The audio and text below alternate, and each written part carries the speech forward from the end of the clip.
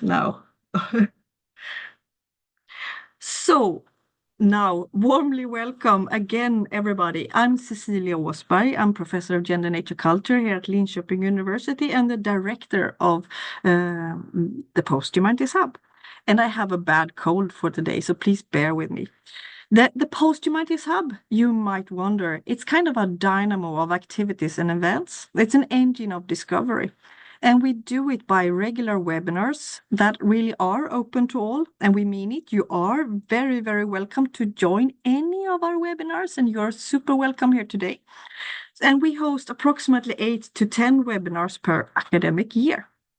These webinars can take very different shapes, as invited talks with designated commentators, as kind of mini conferences or panels, or like today, a star-speckled masterclass. So we welcome all kinds of research topics in our midst, all for the purpose of generating a multitude of perspectives, wide views, queer and powerful perspectives, and deep-situated insight on the topic. And webinars are also the Hub's mode of showcasing emerging scholars' work and connecting people across fields, across nations, and of course across universities like today, while trying to initiate new collaborations, new discussions, and new ideas, of course. But we also do groundwork at Linköping University and between universities here in the north, basically, in the rather large interdisciplinary research group and between universities in the community of scholars. So all of those who are members of the hub, maybe you can do the royal, yes, the royal salutation, so that you are making yourself known. You're now meeting some of the Hub's co-creators and capacity builders. But to introduce you and sum up, and that is, of course, an impossible task, what we do when we do the Hub. It is, of course, a flourishing collaboratory for new humanities and especially more than human humanities. And we have, for instance, initiated environmental humanities in the Swedish context. Which is a field that now, kind of a decade later, is bubbling with the efforts of a lot of international Swedish and artistic researchers actually all over. And we host since many years PhD courses on gender and sustainability, on the practices of posthumanities, and a lot of workshops on location. And so the hub is really this feminist incubator for symbiotic arts and science networking, aiming to build bridges and create new alliances, practicing politics on location as well. We work with, for instance, the Public Art Agency in Sweden, the historical museums and the schools, and with artists like Amanda Cylinder. I don't know if she's here today, and Gylleboverket for the campus-based art emerging here at Linköping University. It is definitely a post-conventional research group, a mini research school, if you wish, and a haven for guest researchers and all kinds of practices of posthumanities. And we have just, for instance, have 3 amazing early career scholars here at Gender Studies at Linköping University. I did see you, Tamalona. I did see a few of you here. And we are very, very proud to, for instance, say congratulations. And Petra, I'm looking at you because you just defended your PhD at Konstfack in Stockholm. With huge honors at that. So congratulations, Petra. We have a crazy inflow also of applications from visiting scholars. And as you should all know, we have kind of limited resources. I just want to mention that. And in a sense, I see queer, critical, feminist, and creative posthumanities as a way of hospicing the humanities across art, science, society, and social activism. And of course, I'm following on Vanessa Mercado de Oliveira's notion here of hospicing modernity. But we do this with posthuman and cyborg theorizing, with arts of visiting and arts of hosting change that matters. So simply put, the hub is this testing ground for new shared ideas on how to coexist, work, and think better together in a very troubled world. Now, I'm sorry for this long introduction, but I think we need to talk a little bit more in detail on how we do the hub, when we do the hub, as you now all are part of making the hub. So at the Posthumanities Hub, we follow certain access and inclusion guidelines. And we try to make room, create inclusion and access for people of all backgrounds, and to, of course, attend and try to express themselves fully. We acknowledge our own non-innocent complicity in academic culture, in society, and we welcome mistakes. That is very important to us because we welcome mistakes as learning opportunities. As responsible leaders here, all of us, we foster conditions together for curiosity, creativity, collaboration, critique, and careful transversality across diverse body minds. Now, how can you contribute even more is to assume, of course, in the conversation, in the Q&A after each speaker here today, we assume the best of each other. And we make room, as I said, for mistakes. And we can, of course, always apologize if needed. And we try to make room for dissent of all kinds. We all act here with positive intent and take care of each other. And we are each other's best critical friends. So we try to give honest and, fair feedback, both positive and negative. I'm so sorry. So lastly, oh, I'm so sorry for this, my dears. We do the hub not hard, but joyfully. And enough with my coughing and enough with these house rules. Ombre, please tell us more about the spectacular speakers and the order of the day. Yes, thank you so much, Sissy, and hi and welcome everyone. So I think I can say for all of us that we're very excited to see that so many people are interested in joining. We are honored also and thankful for the presence of our fantastic guest speakers, which I'm going to be introducing in a minute. But first, let me just give you some basic info about the unfolding of today's webinar. So each speaker will have 10 minutes each to present, to tell us all that there is to know about the contact zone between posthumanist thinking and a particular strand of continental philosophy. And so let's already start with the order of speakers. So first we'll hear Marta Segarra, research professor in gender and sexuality studies at the French National Center for Scientific Research and professor of gender studies at the University of Barcelona in Spain. So I was supposed to speak right after Marta and before we take the Q&As, but Marta has to leave us a bit earlier today for personal reasons. So we'll have 5 minutes for questions right after her talk. And Marta, thank you so much for taking time to join us anyways. We really appreciate it. I don't know if everyone has seen Marta. On my screen, she's on top, but maybe you'll see her later. Then I will present. So my name is Ombre Tarragnat. I'm a PhD student in gender studies and philosophy at University Paris 8, Vincennes-Saint-Denis in France, affiliated with the LEGS, the Gender and Sexuality Studies Lab. Right after, we'll give the floor to Stefan Herbrechter, who is a professor doctor habilitated, an independent researcher, or as he calls himself, post-academic, and he's specialized in critical posthumanism.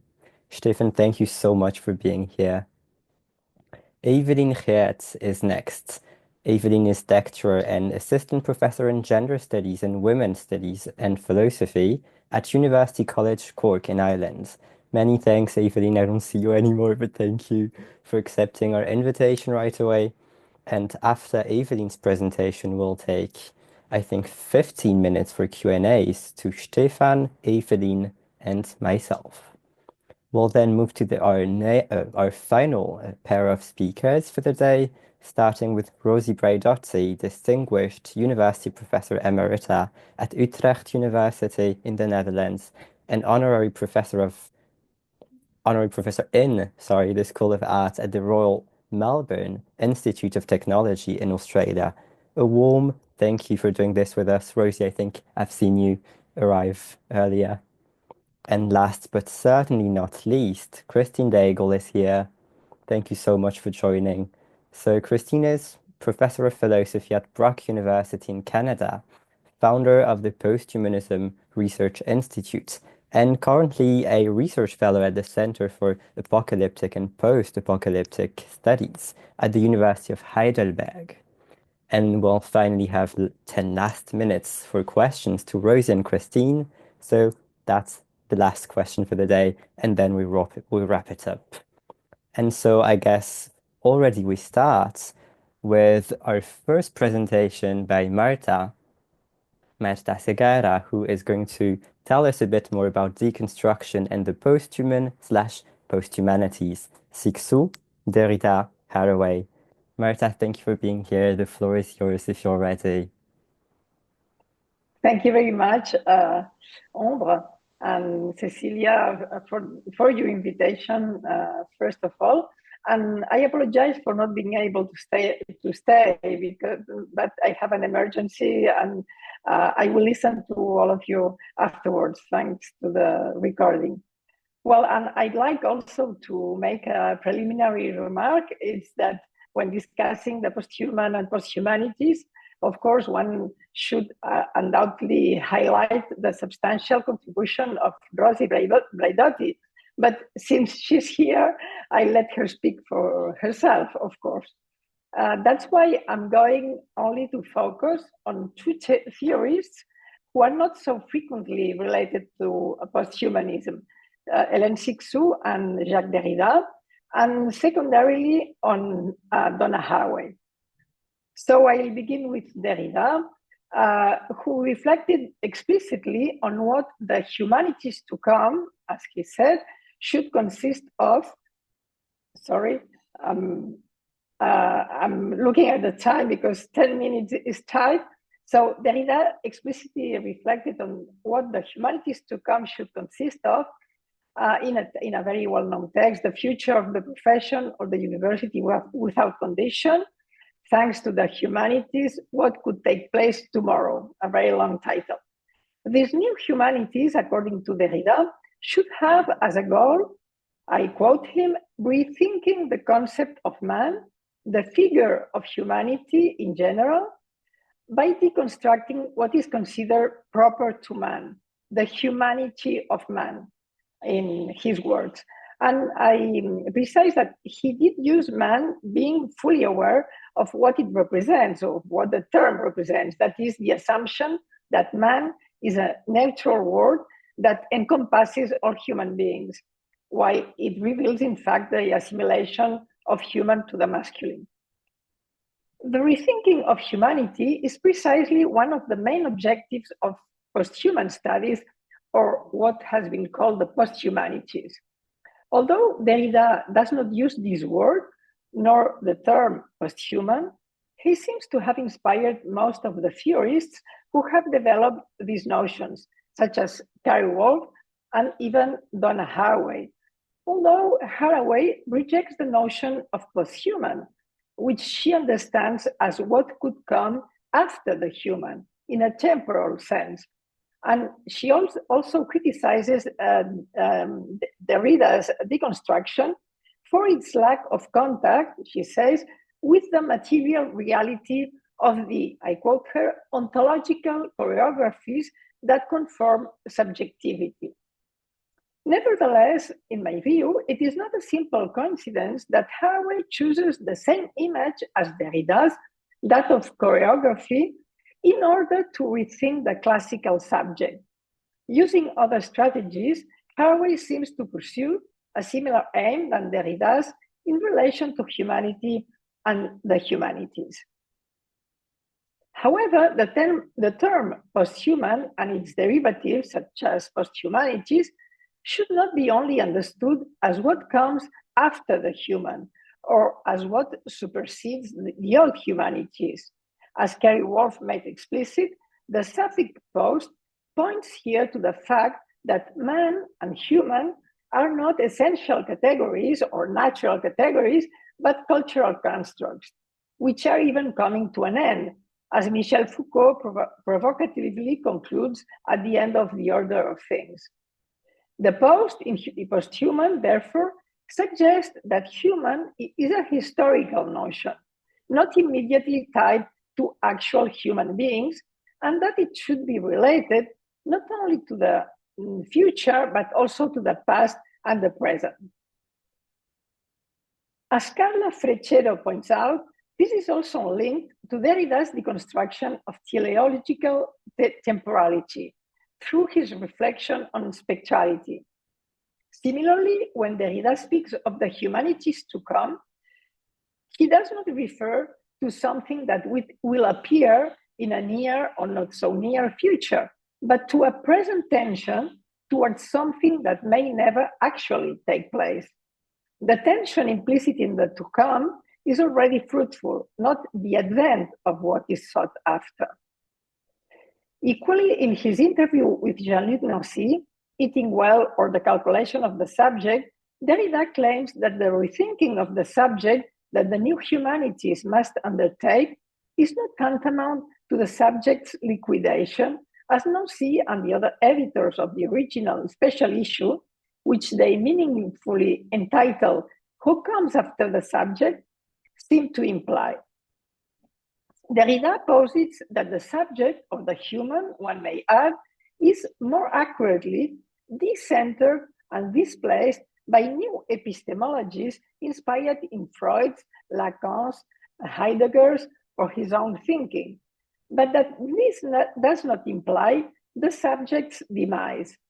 Replacing the subject, after all, rather means to reinscribe it, even if this leads to a different kind of subject.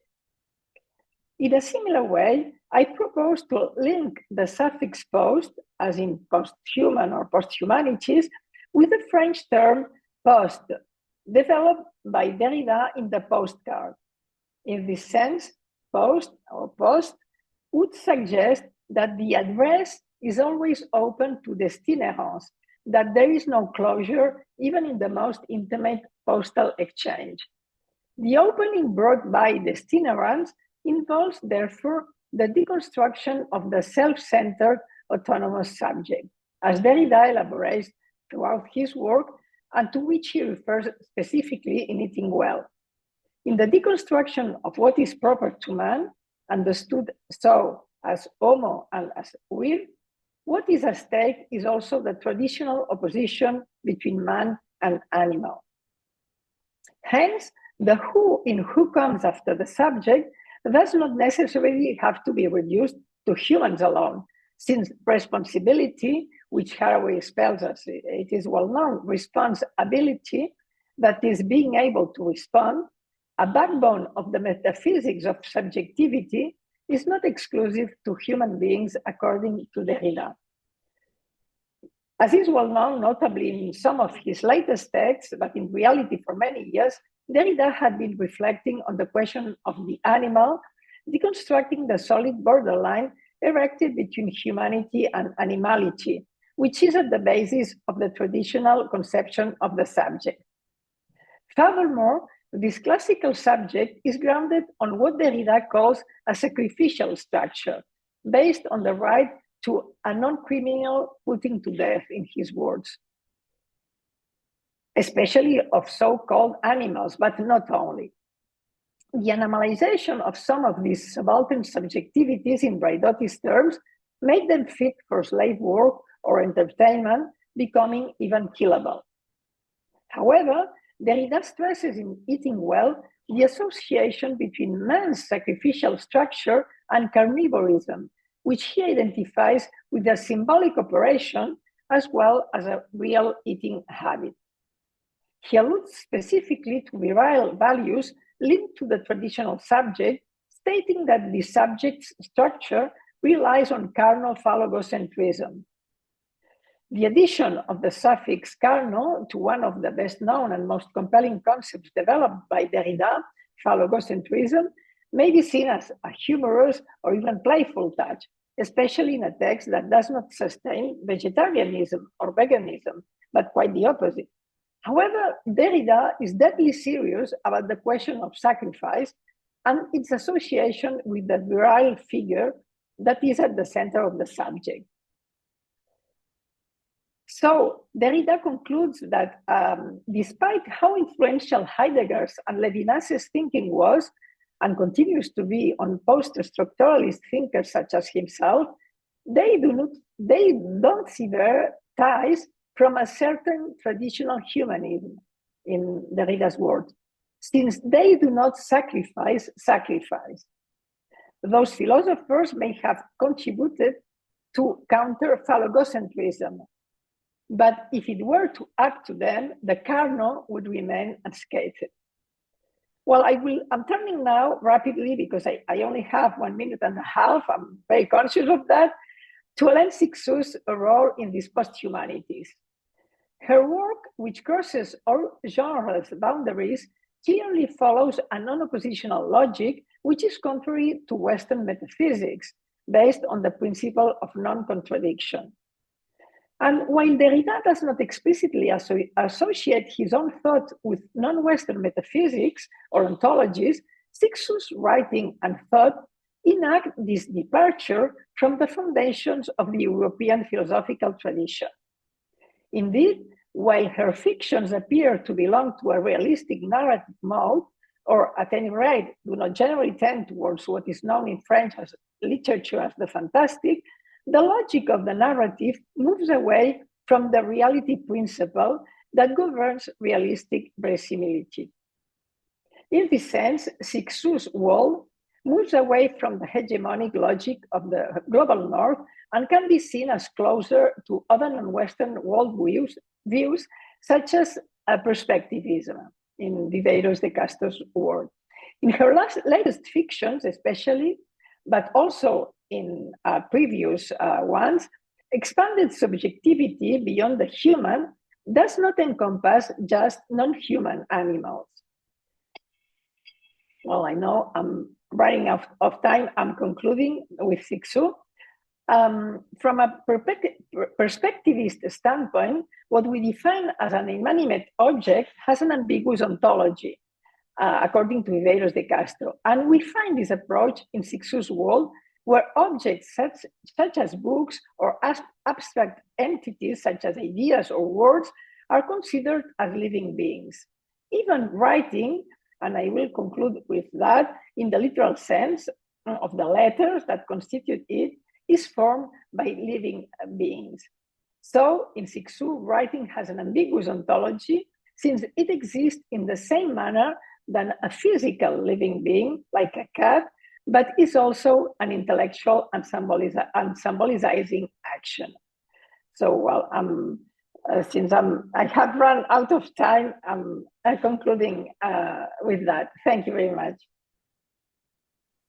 Thank you so much, Marta, and thank you for playing the very difficult game of timekeeping and for being the first to speak. Thank you for this fascinating talk.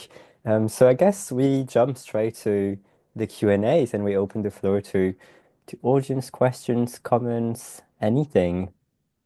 Yes. And we had actually a question in the chat. So it's a question from Laura. You discuss animals in your talk. And it's very much about the animal question. It seems that Derrida's and Herbrechter seems to allow the eating of animals. To which extent does the practice of eating animals fits into post-humanity? Oh, that's a big question. When it comes to extend or continue humanist and modern relationships to animals, those relationships of instrumentalization and consumption, does posthumanism imply ethical approaches or leave them behind? Thank you. Yeah, it's a big question and very important question, of course. And while it has been very discussed because it's true.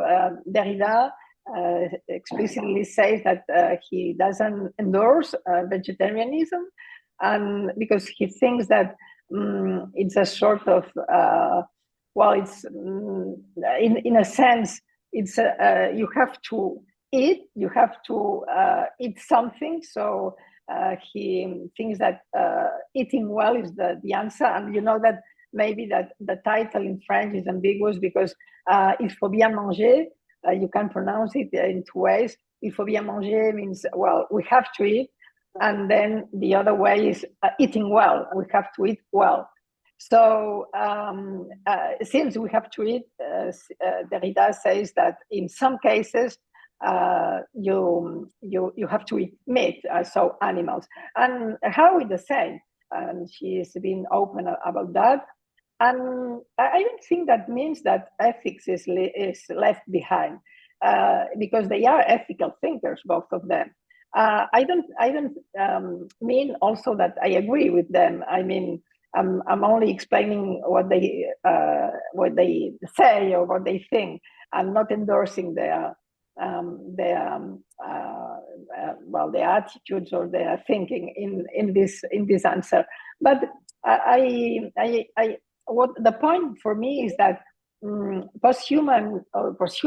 posthumanities, of course, doesn't leave ethics behind. On the contrary, but within ethics, within ethical thinking, some thinkers consider that eating animals can be an ethical thing, an ethical attitude, or an ethical operation. Wonderful. Thank you so much, Marta. My dears, this was Marta Segarra, research professor in gender and sexuality studies at the French National Center for Scientific Research and professor of gender studies at the University of Barcelona in Spain. So thank you so much, Marta, for joining us. And thank you. This is a difficult question that I think is bubbling in many of the conversations that we are having across.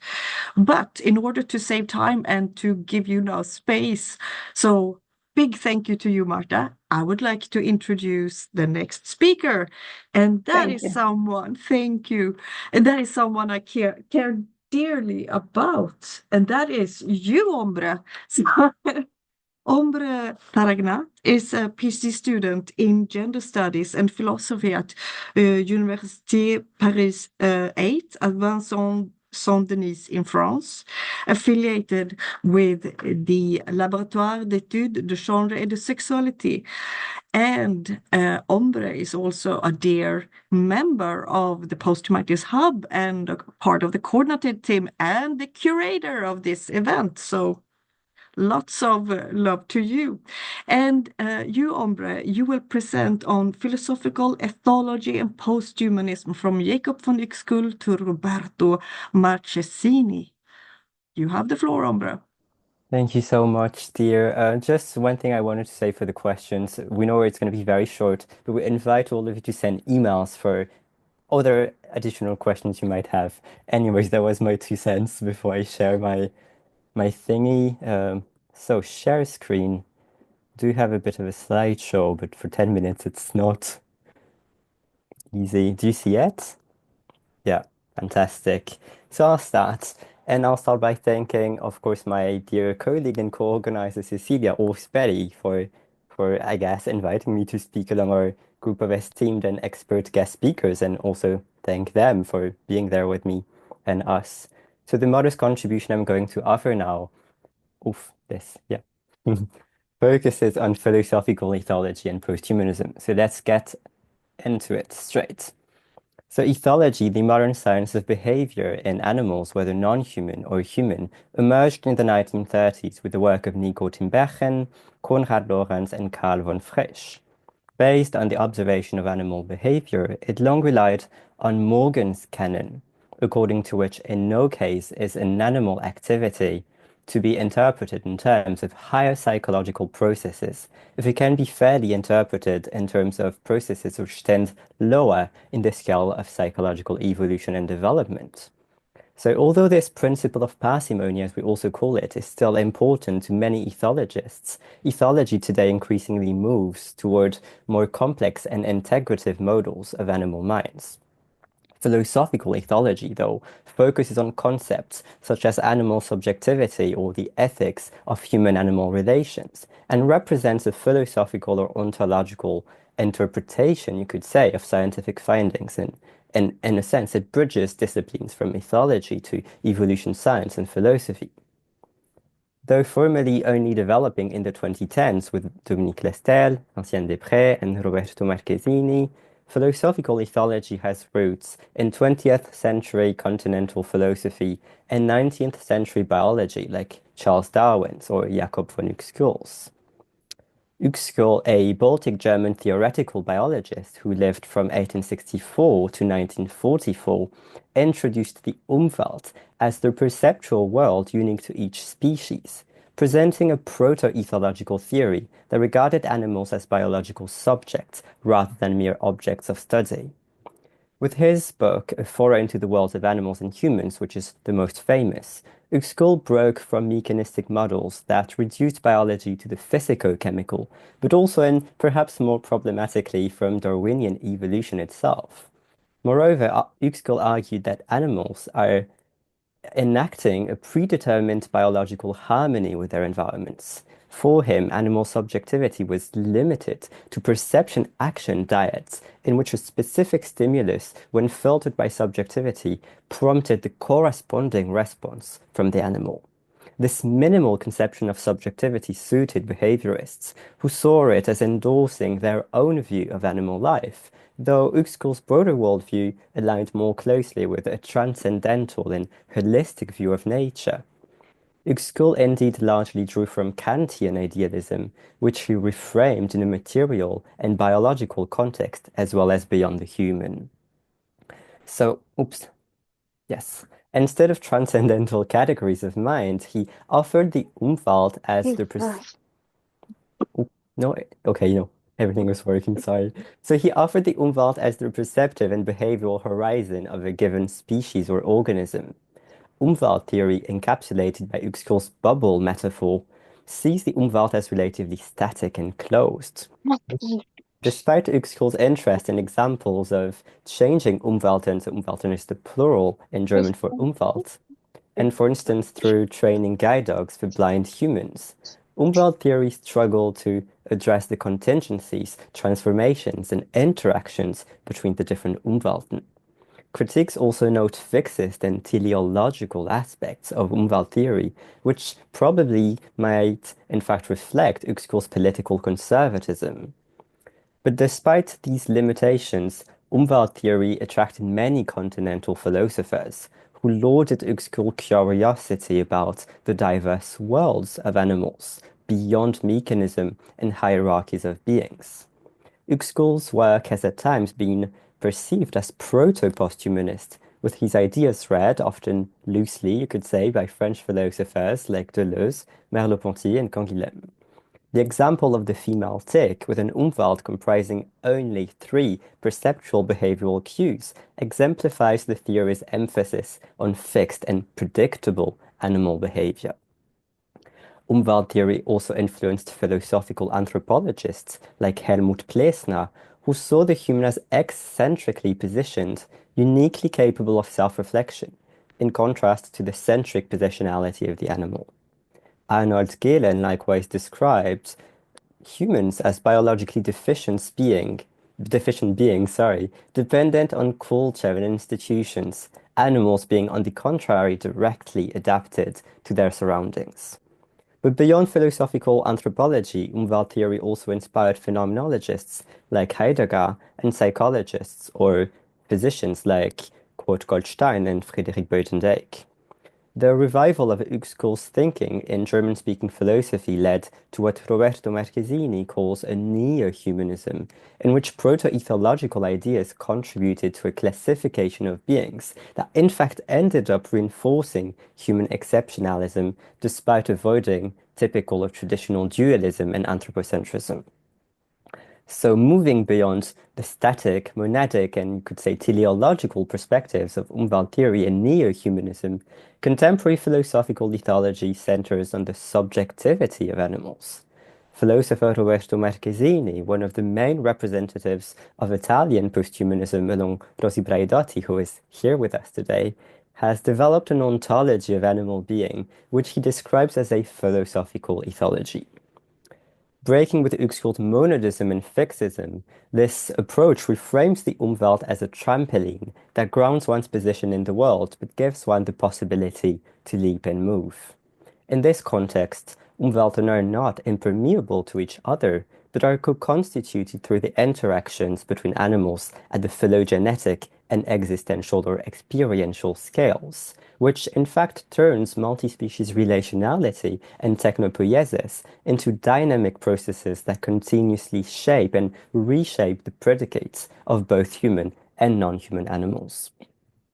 So while different animal species express various traits and levels of subjectivity, Marchesini argues that all animals share fundamental meta-predicates of the phenomenology of life. These include diachrony, the evolutionary heritage, or there is the memories of one's biological ancestors; heteronomy, the dependence on external elements such as oxygen; teleophoria, the intrinsic goals and purposes of life, there is the élan vital or desire; and finally, symbiosis, the contribution of otherness to the development of an individual's or species traits.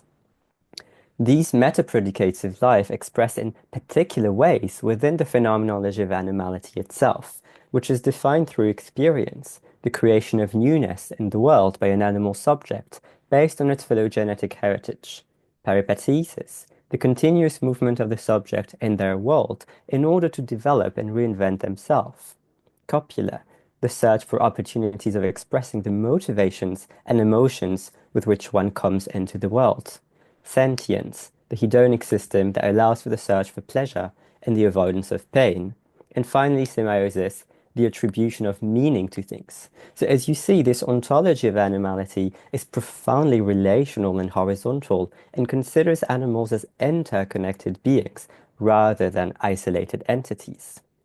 But Marchesini also redefines the human through an engagement with animality, which we could call a philosophical post-anthropology, and we'll hear about that later with Evelien. Breaking with the ontological gradualism of thinkers like Plessner and Gehlen, who saw humans as animals plus or minus something, Marchesini proposes that human identity is fundamentally defined by animality and is thus humanimal. For him, human predicates are, at their core, derived from animality or from animals through animal epiphany, that is, the revelation to the human of a possible and desirable existential form for oneself in animal otherness. Zoomimesis, the human act of taking a new hybrid form following animal epiphany, and this is in fact a form of anthropodecentralization, as Marchesini calls it. And finally, theriomorphism, the incorporation of animal traits into human being and culture. And this, as a concept, is the contrary of anthropomorphism, and this is something Marchesini introduces. So much of human culture, science, and technology emerges from encounters with non-human modes of existence. And technology, for instance, is not merely a way to compensate for deficiencies, but rather a way of reconfiguring our modes of being in the world. So to conclude my talk, I guess I want to say that I believe that the transformation that is brought by philosophical ethology lies in its ontological ambition. In trying to overcome humanist philosophy and its grand ontological claims, posthumanism sometimes fails to acknowledge the specificity of particular ontologies like that of animality, which, as we know, as a concept, has often lost its analytical potency. We don't really use it anymore, but maybe we should. Marchesini's philosophical ethology of desire, in this way, reopened the horizon for an ontology of animality while avoiding typical or humanistic biases like human exceptionalism, mechanism, or dualism. So these are my references, and thank you so much. Wow, wonderful. Thank you Thank you so so much. much, Ombre. I'm a bit And over time, but yeah, amazing. Thank you, thank you, thank you. And I think that without further ado, we yes, move to our next speaker. Would you do us the honor, Ombre, of introducing? yes, of course. So we're now going to be hearing Stefan Herbrechter with a presentation called Critical Posthumanism and Negative Anthropology, the Mist Encounter. Stefan, the floor is yours if you're ready.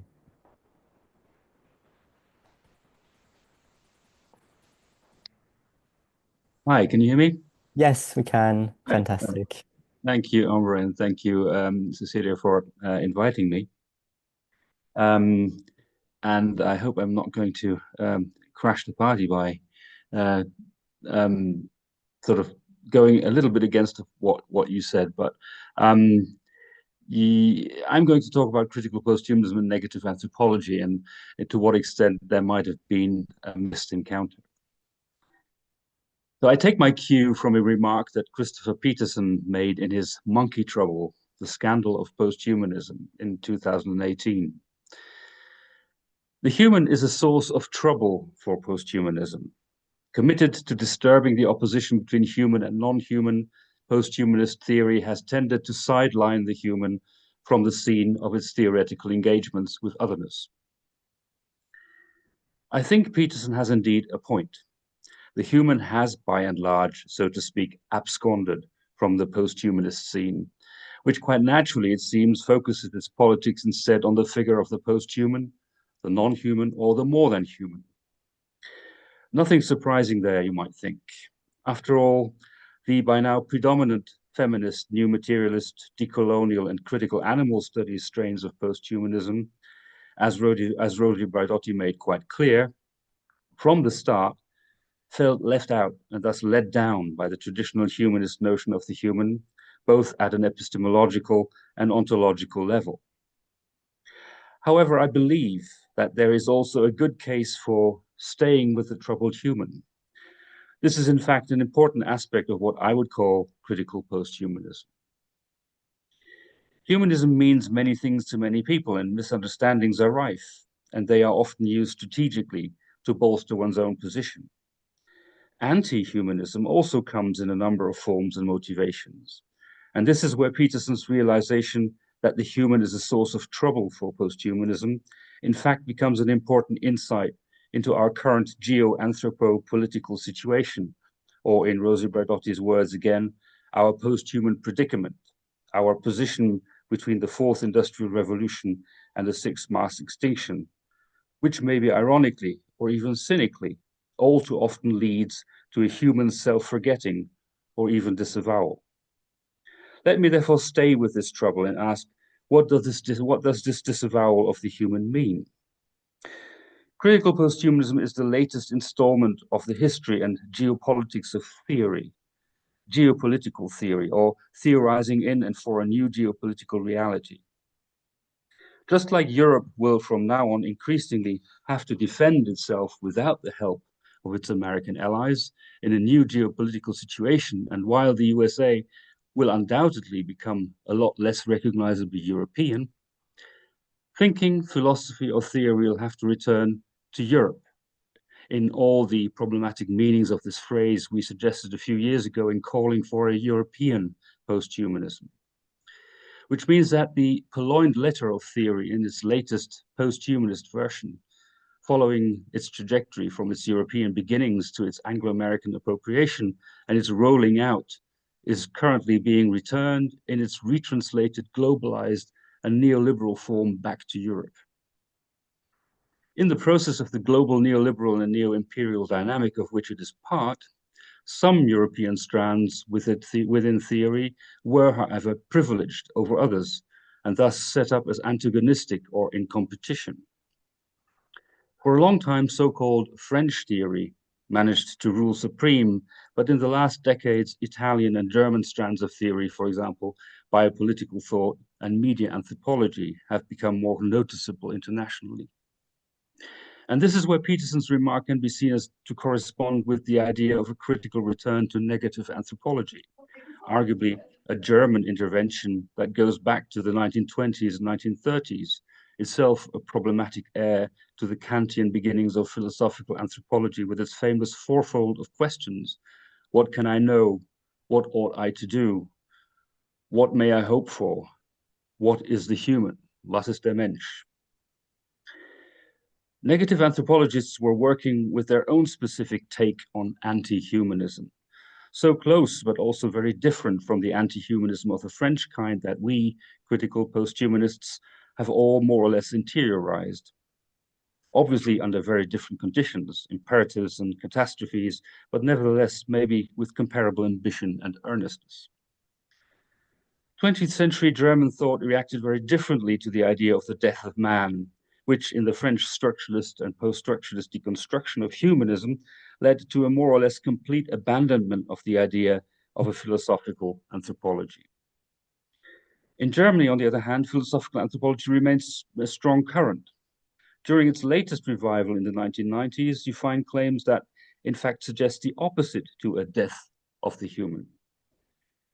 One legitimation to instead speak of a return of the human in the 20th century philosophy, or of an anthropology after the death of the universalist humanist notion of man, lies in the idea that anthropology of humans and their humanists can only truly begin after the death of man, a claim that might seem counterintuitive to posthumanists, even to some of the critical kind. However, this is not a straightforward anthropology that continues to look for an essence or an exceptionality of what the human may be or become, not an anthropology that might want to make the human great again, to speak with the times, but instead an anthropology that remains insistent in its asking of what does it mean to be human in the form of an anthropolitics. This goes against Heidegger's radical critique that from a fundamental ontological perspective, any anthropology is problematical in that it always needs to presuppose the existence of the human as an impossible transcendental signifier. However, Heidegger had powerful contemporary critics in Helmut Plessner, Arnold Gehlen, and Günther Anders, all three associated with negative anthropology, and who had a lasting influence, including on Adorno, Blumenberg, and Sloterdijk, most notably. From Nietzsche's undetermined animal to Gehlen's man as flawed being that Ombre mentioned, to Plessner's homo absconditus and man's eccentricity, to Anders's world estrangement, or even Ulrich Horstmann's man as anthropofugal monster. There's a strong undercurrent here that is critical of humanism, critical of essentialism, and critical of anthropocentrism, but which importantly does not dismiss the human as such, and indeed sees value in preserving it precisely as an empty space or an undetermined or an underdetermined question mark. Now, I certainly don't want to certainly don't wish to attack or dismiss all the valuable or re-ontologizing work which has been done under the label of posthumanism in the past 3 decades or so, and to which I think I have contributed. But my modest claim or caveat today would be this. While philosophical anthropology might underestimate the seriousness and criticality of the post-human, the non-human, or more than human, critical posthumanism tends to ignore the message that negative anthropology has to offer, namely that moving beyond anthropocentrism might not only be naive, or indeed impossible, but it is also counterproductive and possibly dangerous, especially given the political and cultural global backlash we are currently experiencing.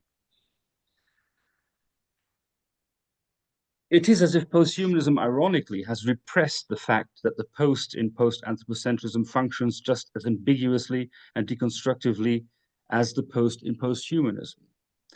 After anthropocentrism remains before anthropocentrism in the form of a possible renewal and recentering. The human will not be undone that easily.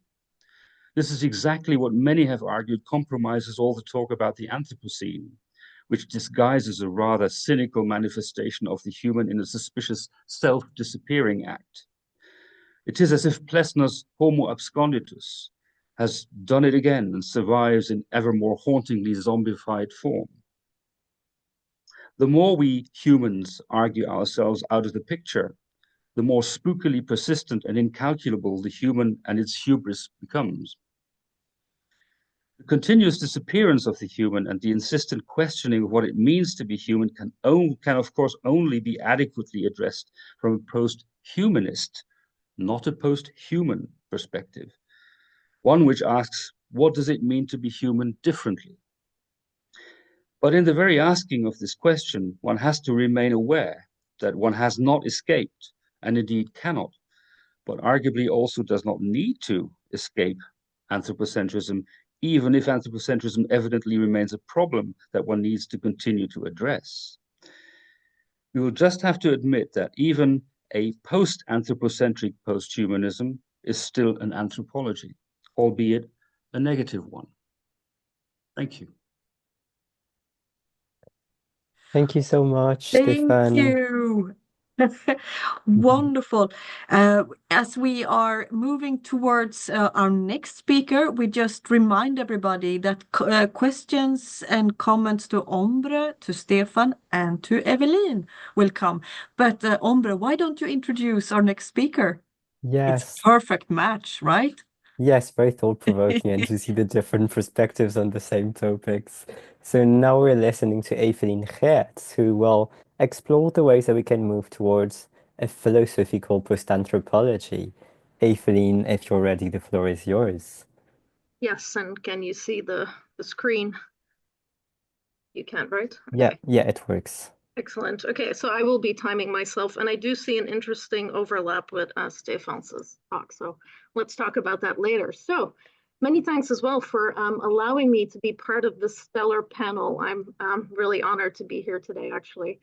My think piece, which is very much still a think piece, is titled Toward a Philosophical Post-Anthropology, because I wanted to underscore the importance of a critical affirmative working through and beyond philosophical anthropology, what at this point can only be conceptualized as more than human polycrisis times, challenging and wrecking our ideas about humankind, the world, and our planet-destroying ways of life.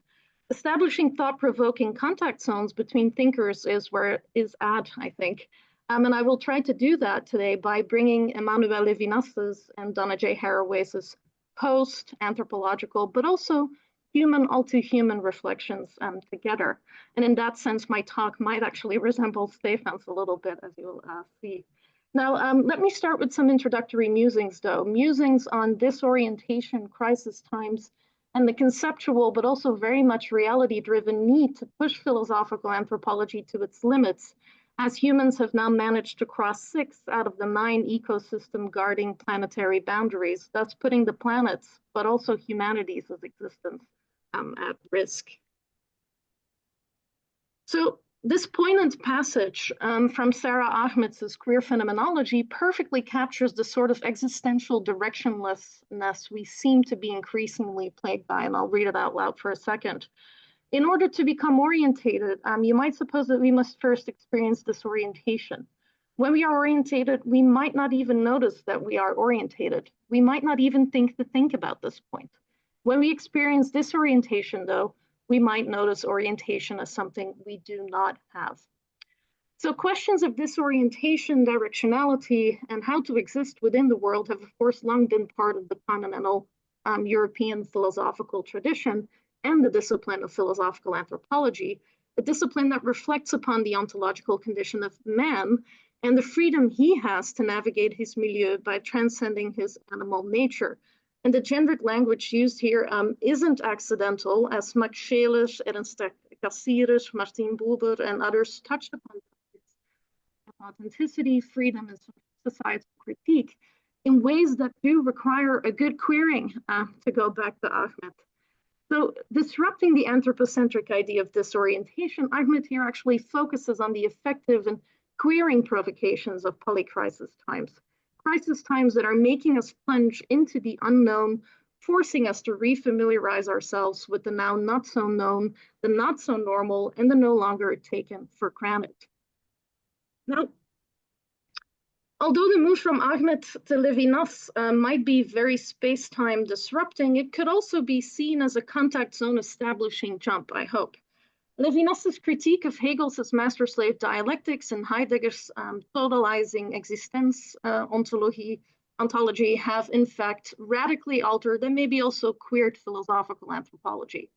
Levinas in Totalité Infinie, but also in Entre Nous and The Name of a Dog, sets out to move away from philosophy as egology, that is, from an understanding of subjectivity as individualistic and egoistic. Developing the notion of the face, or the way in which the other presents himself, exceeding the idea of the other in me, Levinas claims that it is through this unmediated ethical encounter with the face of the uncontainable other that the subject fundamentally becomes undone.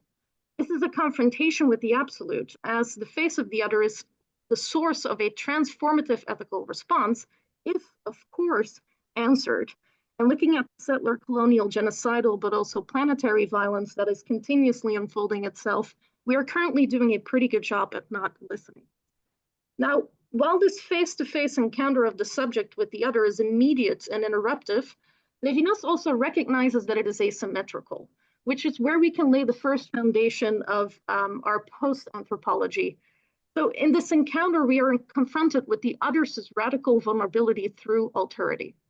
Levinas's articulation of the other's transcendence is of significance here, for it signals an understanding of the primacy of the ethical relationship the subject has with the other, an other that demands to be recognized as a subject's master, turning Hegel's dialectics kind of upside down.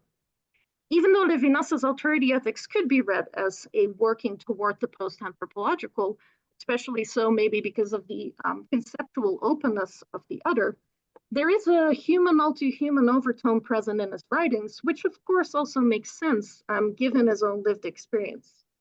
When Levinas thinks with a not-so-human other, namely Bobby, the stray dog who visited him and the other war prisoners that were, as Levinas put it, beings entrapped in their species in the Nazi camp in Hanover, it is Bobby as other that allows Levinas to draw a comparison between the making killable of dehumanized bodies and Bobby's animal being, while also letting Bobby, the animal other, affirm these prisoners as humanness that had been brutally stripped from them.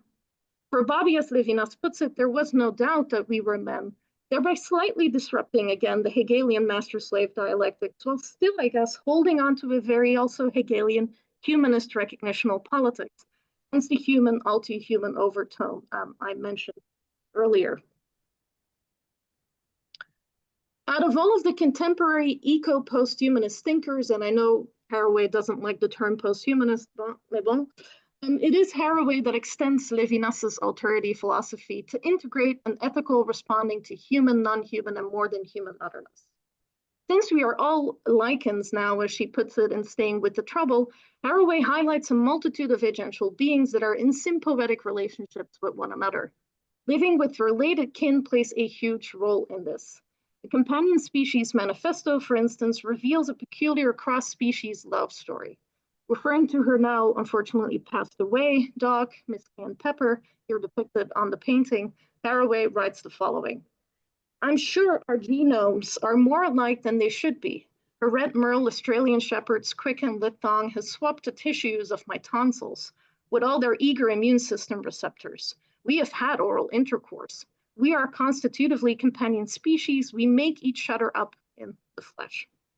What is being explored here, and I am, and I'm going to out myself here, a cat lady though, are messy interspecies relations, as well as a rethinking of subjectivity in terms of a sympathetic becoming with the other through the perspectives of a dog and its master, a relationality that is admittedly still, structured around possessiveness. Haraway, though, asks us to develop a thinking with and becoming with other critters, a micro-level thinking attuned to relationships of irreducible difference with all of our significant others, whether they are coyotes, cyborgs, oncomice, or dogs.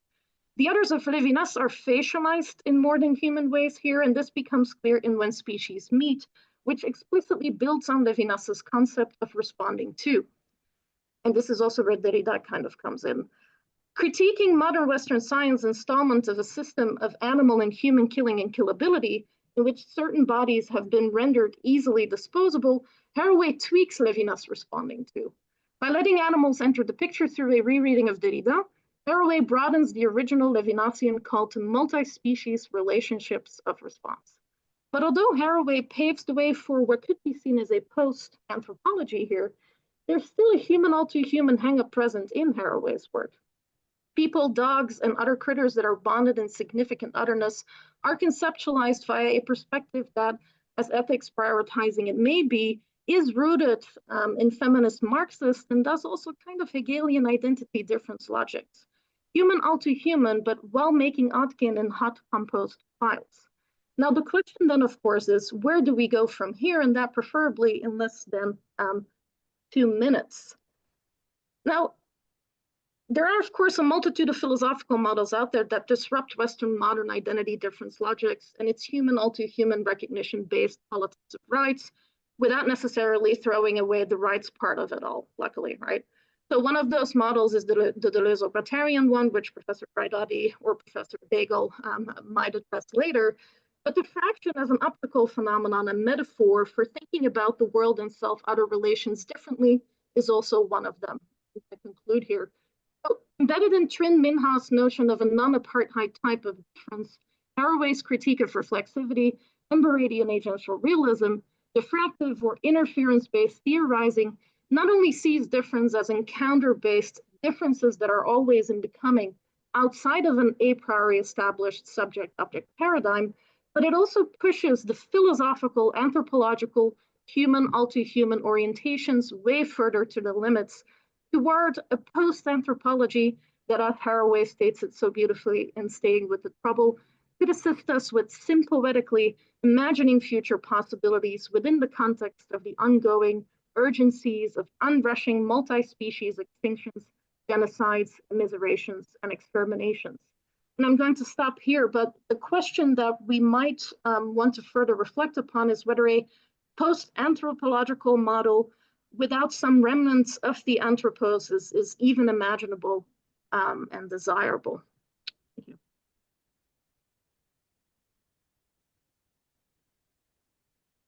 Wow. Thank you so much, my dears. This is what a tour de force this is. What a day we are having. This is amazing.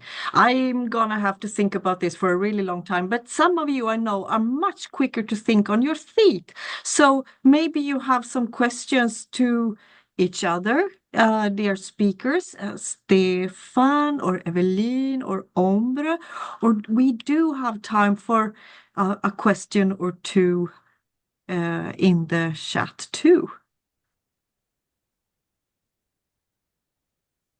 Please raise your hand or use the chat. Oh yes, we do have a question to Evelien. Evelien, you can read it yourself, but I will read it out loud for everybody. So this is a question for Evelien. Having a pre-established directionality seems quite problematic. For example, the direction of progress for Western culture and all the destruction it created in the name of utopical idealism. But at the same time, the lack of direction and accumulation of crisis seems also negative and overwhelming, somehow blocking political agency and submerging us in distraction. What are the positive elements of lacking a telos? Thank you so much for your talk, Evelien. Thank you too. It's Laura, I think, right? Yeah, that's a really good comment, I would say, rather than a question, although the last part, of course, is a question. I think Laura's capturing or perfectly capturing the ambiguity that goes along with that whole kind of enforced idea of what Haraway then also criticizes as like linear progressive modernity, which we are very much stuck in because of the extractive capitalist system. I think that we are constantly molded and remolded by. But I agree that there's a certain ambiguity, of course, because when you then have, well, also crises that have been created by extractive capitalism, because that is what is happening at the moment, right? When you have those crises and experience those crises in a way, and this is maybe where Professor Braidotti's philosophy of affirmation can kind of come in. There are spots within those crises that we can actually start thinking about what has gone wrong and start thinking what has gone wrong to then create something better. Maybe that could potentially lie outside that field of extractive capitalism, but let's see. That's not really a response, but more of a comment on this particular comment. Thank you so much, Evelien. Thank you.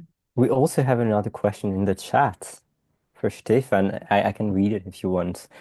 Is the inability to, that's a question by Peter, is the inability to move beyond anthropocentrism, which you proposed, is it mostly a methodological problem of how we think / perceive as humans?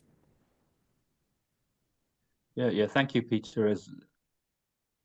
I don't think it's just a methodological problem that we can overcome that easily, because It's got to do with the way in which humans have conceived of themselves as such. I mean, we don't know, right, what we are, who we are, and this has been the case from the start. And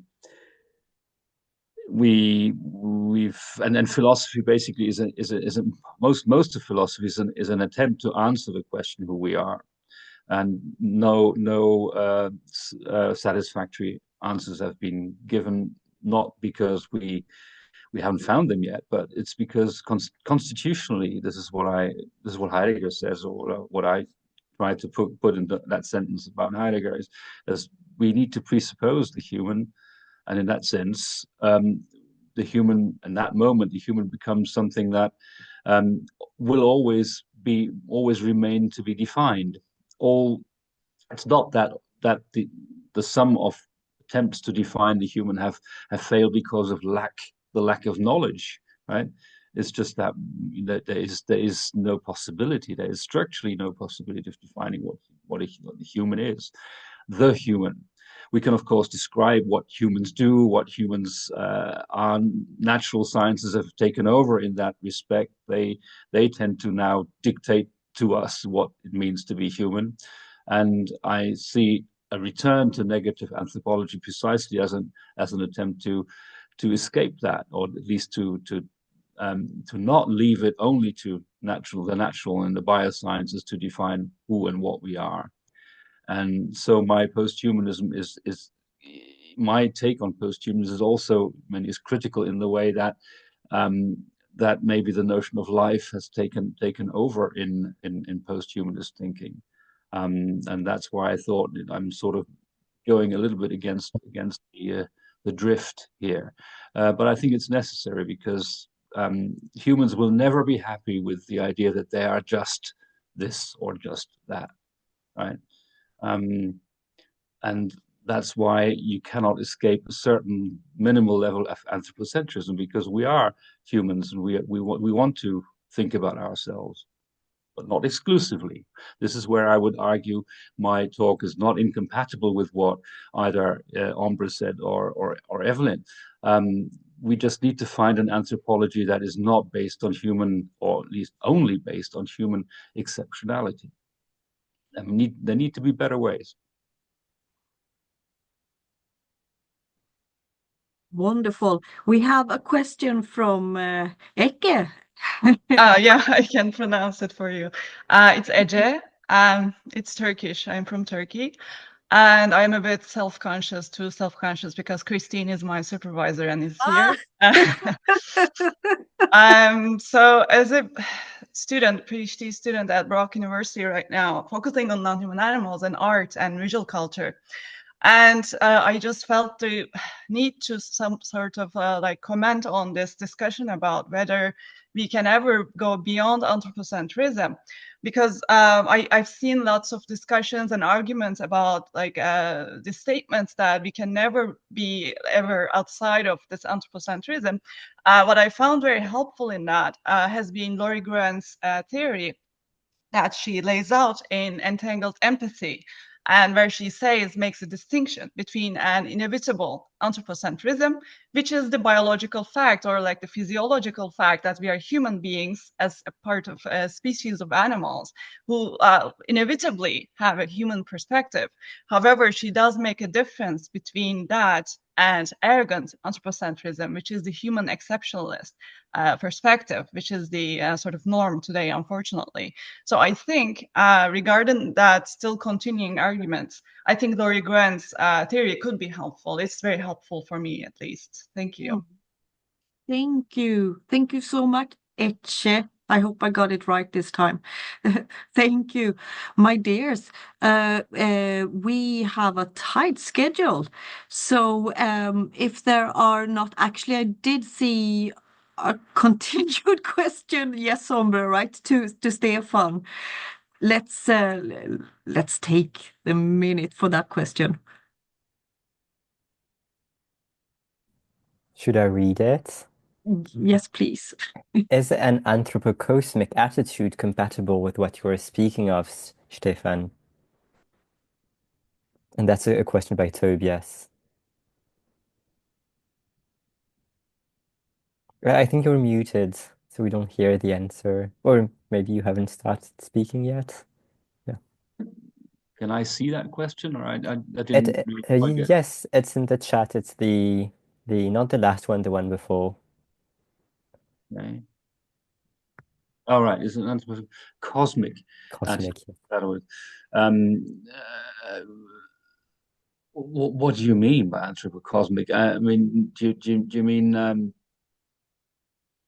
a kind of Teilhard de Chardin approach, or I'm not quite sure what you mean. The human certainly isn't the cosmos, if that's what you mean. Certainly, the human is part of the natural world, but what I said earlier was just I wanted to point out that humans are animals, no doubt about that. Humans are specific kind of animals. I think there's also no doubt about that. That doesn't justify what we do to non-human animals, right? Of course, but we have a special kind of responsibility, for example, for the cosmos of others as well, right?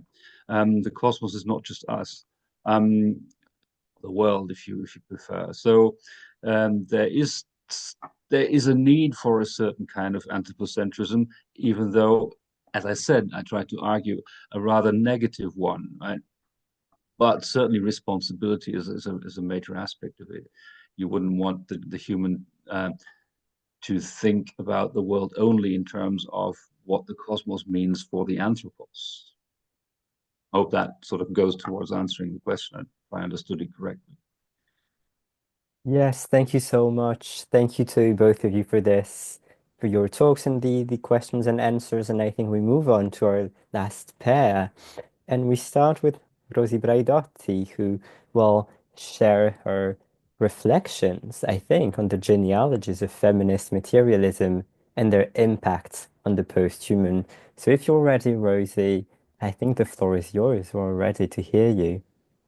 Thank you very much. Very honored to be here. And wonderful, wonderful projects. Very exciting. And indeed, I'm already saturated, just imagine.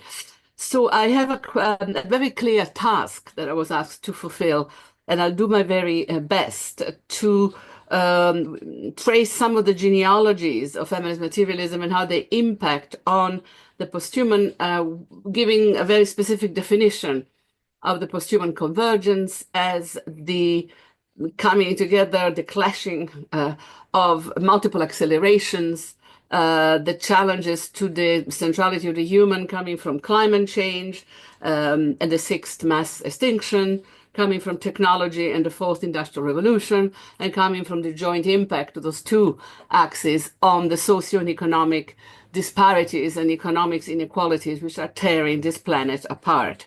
It's the complexities of that multiple set of impacts that designs a framework, the posthuman, that for me is a deeply material one. I would argue that it is capital that has destroyed the human, that has subsumed the human into a knowledge economy where understanding the codes of everything that lives, human and non-human, is at the core of what we call knowledge and research.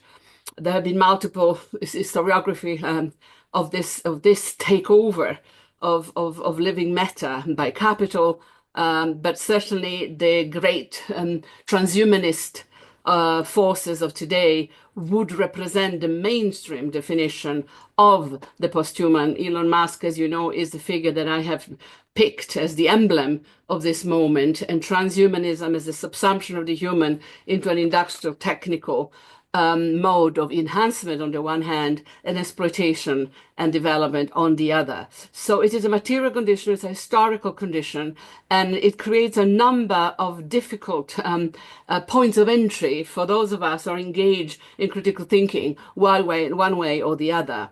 If one starts, as I do, from the assumption that the human was never neutral to begin with, I've always rejected any universalistic definition of what it means to be human, what humanity is. what humanism is. I pertain to a gender, to a community that were never fully human. So what does this great posthuman upheaval look like for those who were never fully human?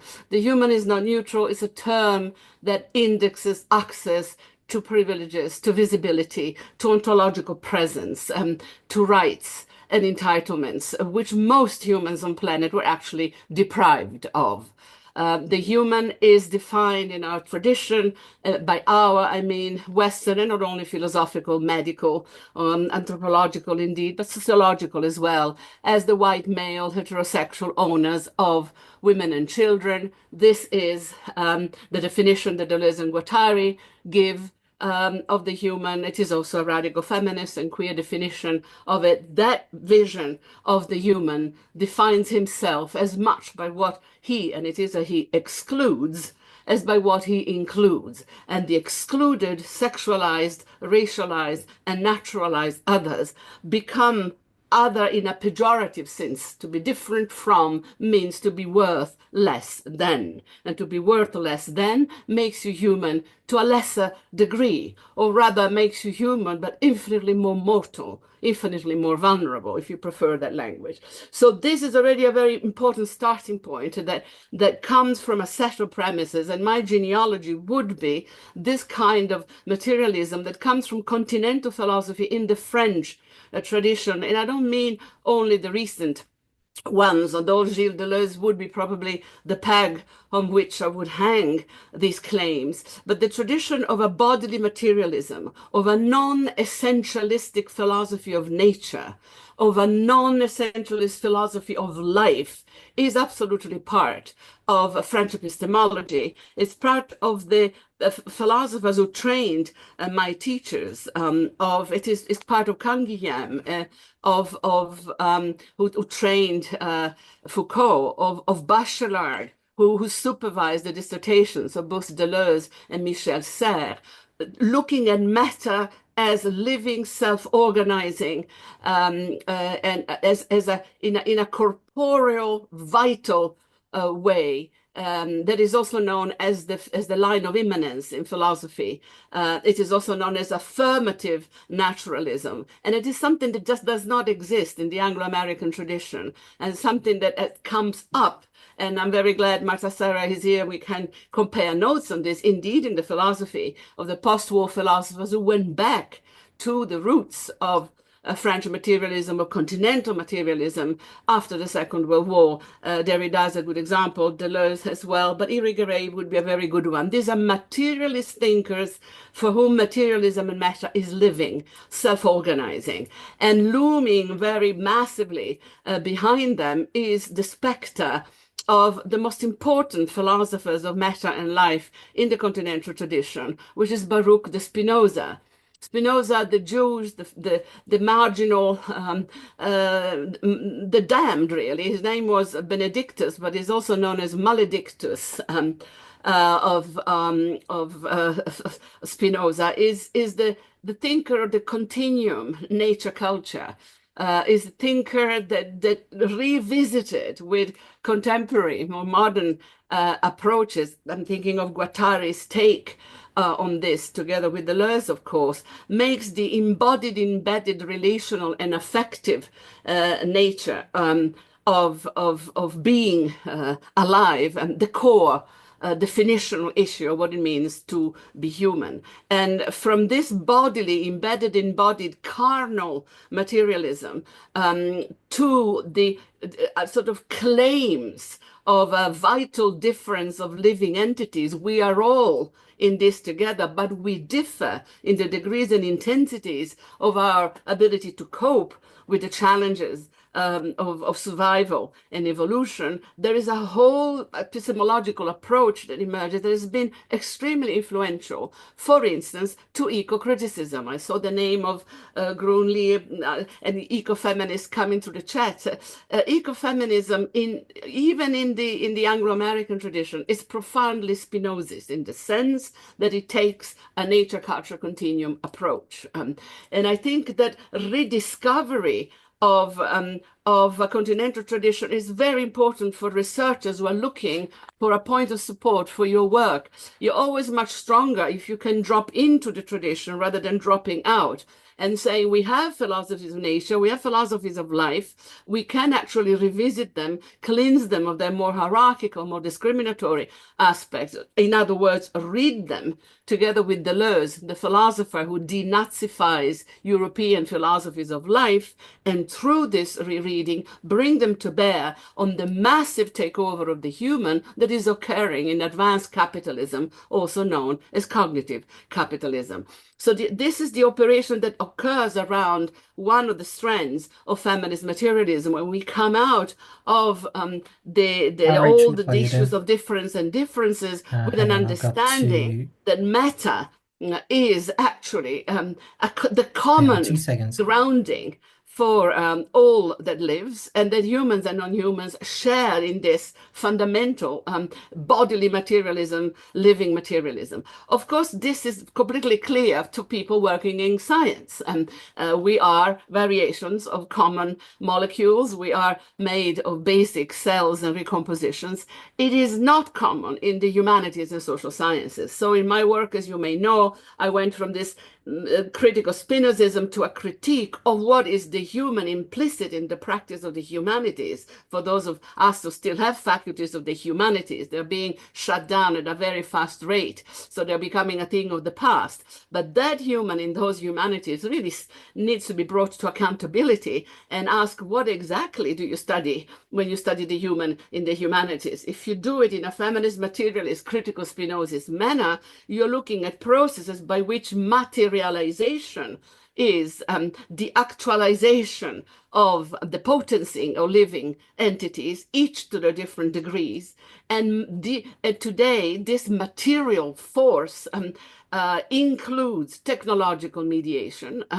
Guattari then introduces into this discussion the crucial importance of technology as living matter, as a second type of nature. We all know this by now. Look at how we're working today, all together, linked and mediated. So technology becomes living matter, self-life, intelligent, self-organizing.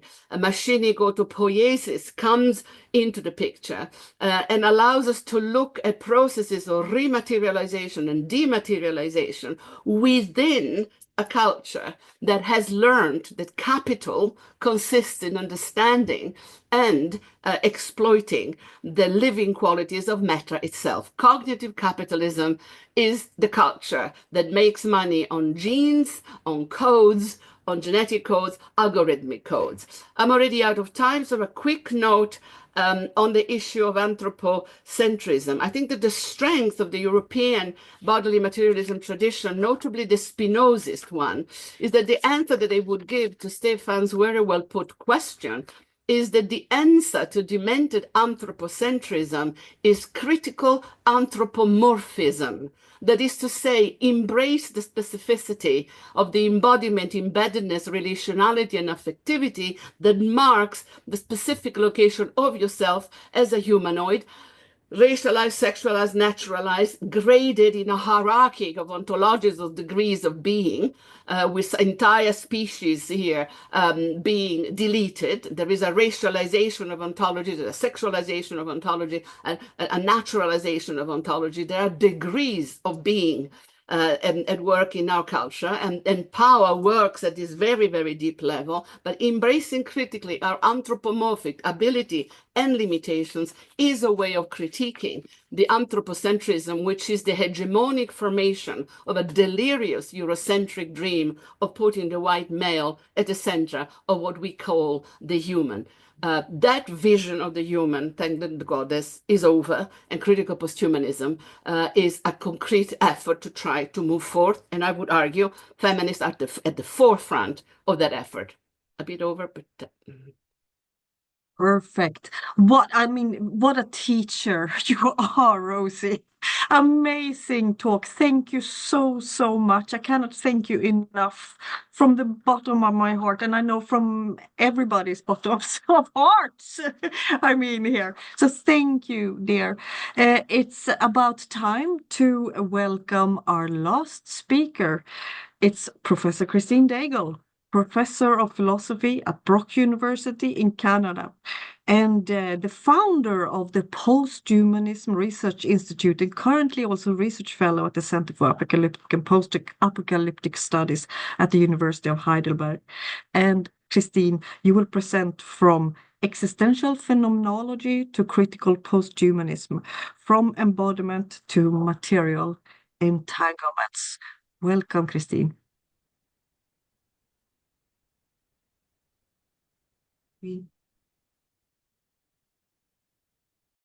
I think this is working, yes?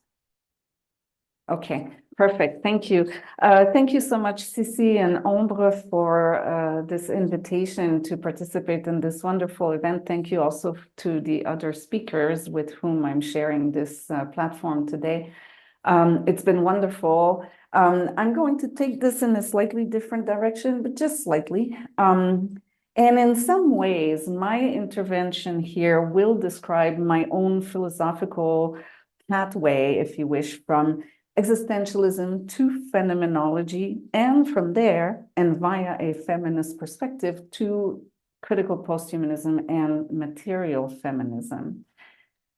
I started off my academic career pathway progress with a comparative investigation of the ethics of Friedrich Nietzsche and Jean-Paul Sartre, arguing they were closer than commonly thought. And of course, the overarching question was, what is the human and what is the human to do, right? That question was brought up earlier. Because it was difficult to reconstruct an ethics that Sartre left in draft form and which was only published posthumously, I then turned to Simone de Beauvoir for help, as one does mistakenly, thinking that she offers a Sartrean view, which is not the case. I was captivated at the time by her ethics of ambiguity, a concept that rejects the mind-body, the subject-object, and the self-other dualisms, among others. And throughout these investigations, I was examining these thinkers' conceptions of the human being, and I was deeply interested in their views on subjectivity, the body, and intersubjective encounters. Each of them had phenomenological commitments. Even Nietzsche, who I much later argued was a wild phenomenologist, predating Husserl's developments, but presenting ideas on consciousness and the world very similar to phenomenological concepts that were developed after him. Now, these commitments involved conceptualizing the encounter between consciousness and being, an intentional movement that constructs the world by making sense of the being encountered, and that also constructs consciousness in return. So it's this circular movement that I've illustrated here. Because intentional consciousness, intentionality is not a one-way process. Consciousness encounters being and makes sense of it, thereby creating the world, which in turn shapes consciousness. Being and its materiality remains one step removed from consciousness, however, in this portrait of things. One important thing to keep in mind is that for existential phenomenologists, consciousness is always embodied and situated. The body one is, and the place in which one finds oneself are key to self-constitution, to one's experience of being human. The insights of existential phenomenology are important and helpful in terms of understanding embodiment, situatedness, and intersubjectivity. Its description of the encounter with others, whether hell is other people, as Sartre would have it, or whether the encounter with the other is constitutive of me or is lived through ambiguity, as Beauvoir would have it. These descriptions are helpful to think through ethical, social, and political relations and how these should be established. However, if one is also a feminist, a critical race theorist, queer theorist, or a post-colonial thinker, or a disability theorist, there is a very pressing need to push further and really understand the material entanglements on which the experience of embodied and situated subjectivity rests. My own point of contention with existential phenomenology was that it was in fact falling short when came the time to explain vulnerability, and in particular, the material traces left by traumatic and/or environmental encounters. I was trying to understand how these traces can continue to shape our beings well after they were first established. So to explain this, I think it is necessary to think the body and therefore consciousness as porous and entangled, both subjectively and materially. And this is where my concept of transjectivity kicks in, which I won't get into, but basically the notion that we are always concomitantly entangled subjectively and materially, what is in fact an inextricable entanglement. So as important as the phenomenological insights are, they are not sufficient. We need to also investigate materiality itself, and that is what critical posthumanism and material feminism do. They allow us to really think outside of subjectivity, outside of that intentional consciousness that is the focus of existential phenomenology. Yes, it is important to understand how that intentional consciousness functions, how it creates its world, how it sees itself, how it sees the other.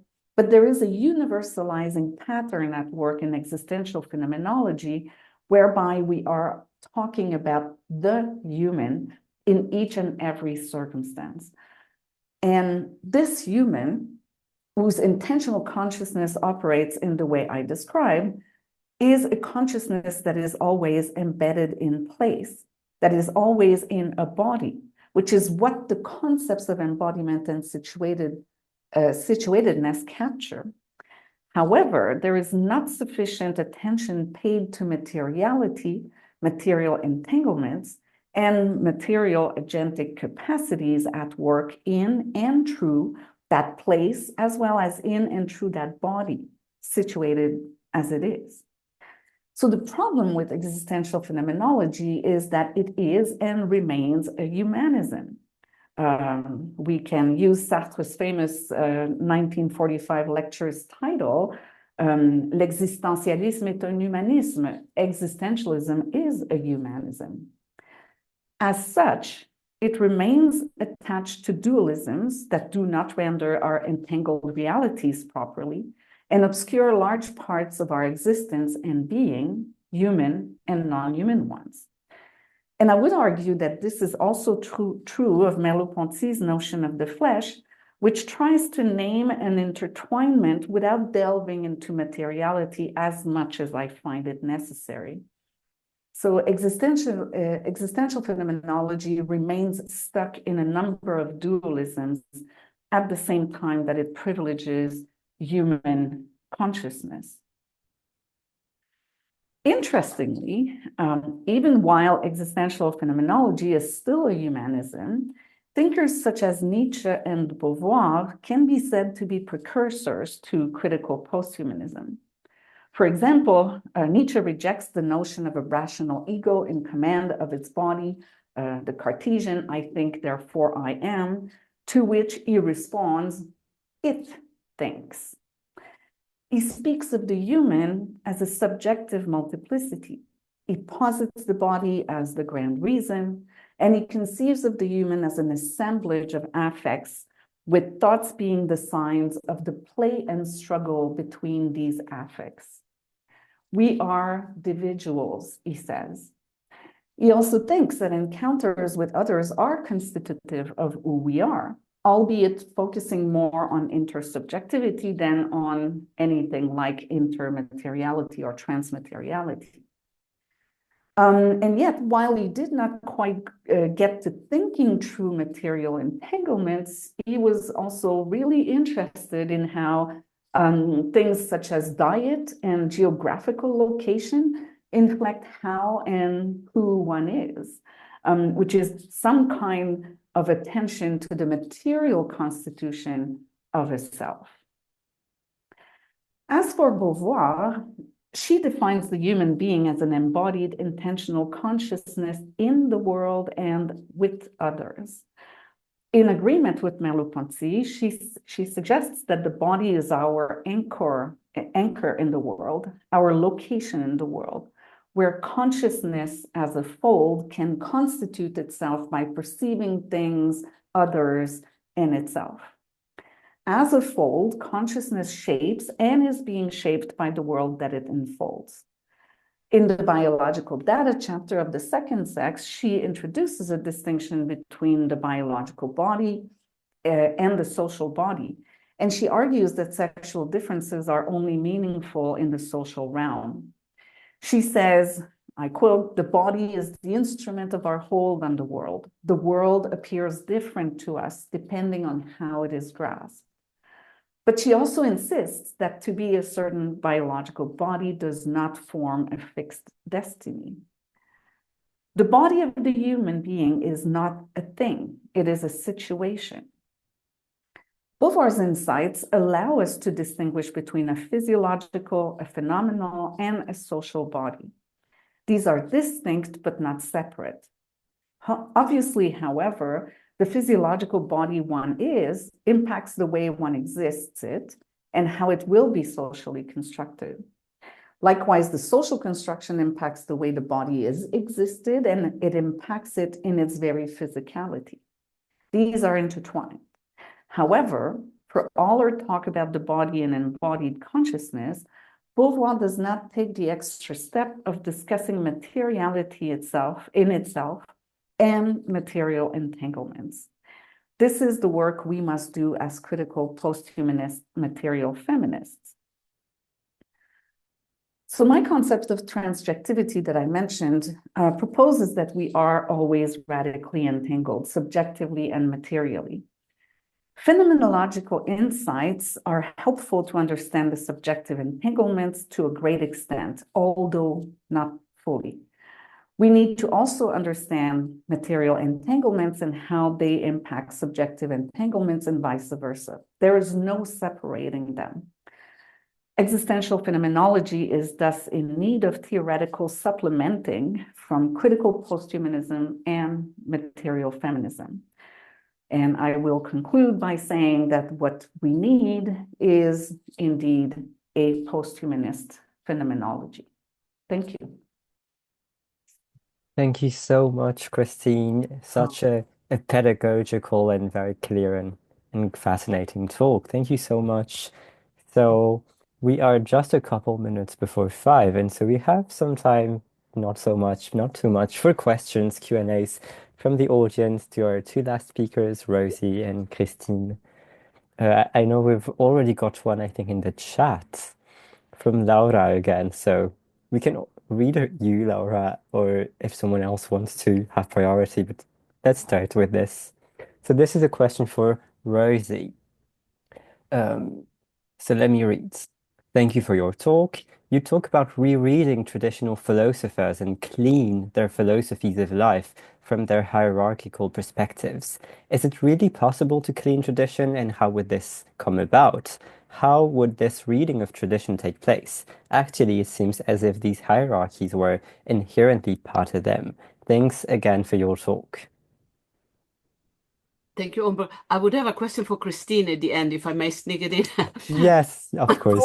Taking advantage, abusing my position. So I would argue that all of the continental philosophy of the Second World War up until the 2000s is precisely that, trying to correct the massive errors of judgment of whether we look at the first half of the 20th century or the 19th century, where philosophies, notably philosophies of life, actually, of nature, got into colonialist, fascist, imperialist, discriminatory practices. It does not mean that everything is wrong with those philosophies, but they need to be cleansed. This is exactly what Derrida said to do with deconstruction, and I think Marta has talked quite eloquently about it.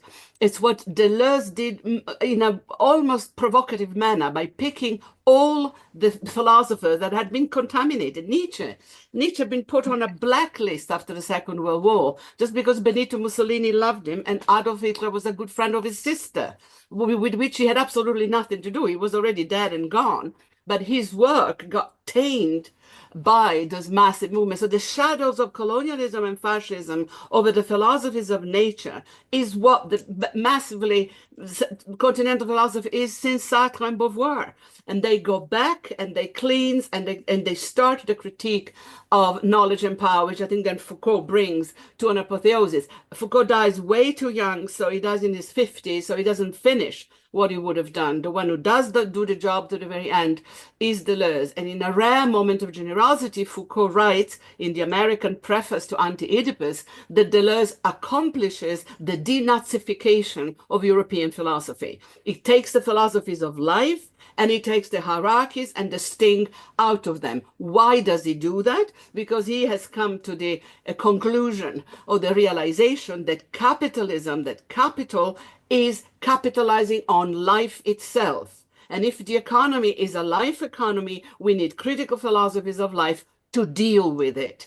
That's the operation. And I think I would read all of that generation as an attempt to come to deal with this, whereas in the German tradition, lovely Habermas does a massive whitewashing exercise, pretending that nothing ever happened, and that reason was, we lost a reason for a while, and we all became fascists and colonialists. And no, it was far more intricate, and the complicity was far more structural than that. And how to undo that, I would say, is the critical mode of European philosophy. And that's also why Foucault said that we cannot have a primary philosophy. We are historically condemned to our history. European philosophy has to be a critique of itself. We can only do critique, and then maybe in a future generation, a new primary philosophy will become possible. We did Alan Schrift and then a bunch of us did a beautiful, I think, history of philosophy to deal with this. It is published by Chicago University Press. It's Alan Schrift, History of Continental Philosophy. I took care of volume 7, which is the consequences of post-structuralism and how new feminisms and decolonial, post-colonial theories come out of these confrontations with the errors of judgment, of reason, the profoundly anti-Kantianism of continental philosophy. So great question, and I would advise, that's why I think feminism is a major philosophical movement, because we come in from that angle and we say, is the man of reason a man of reason? So where does that leave me? And Jenny Law in 1984, the man of reason. But to Christine, fantastic presentations. So lovely to see you again. Where do you put Manuel de Landa in this materialist phenomenology, and where do you differ? Because I think Manuel is on to something like this. And I was very intrigued, and I think I would love to see a dialogue between the two of you. I'm thinking of his materialist phenomenology work, not because I published it in my series at Bloomsbury, not really, but it is a book that I think it may resonate with you. Lovely to see you again. Yes, indeed. It's been so long. Yes, I think for all my progress toward like my whole philosophical pathway that I've described, I think I continue to be attached to certain things that emerge from existential phenomenology in a way that the Landa isn't. And I think I'm concerned with a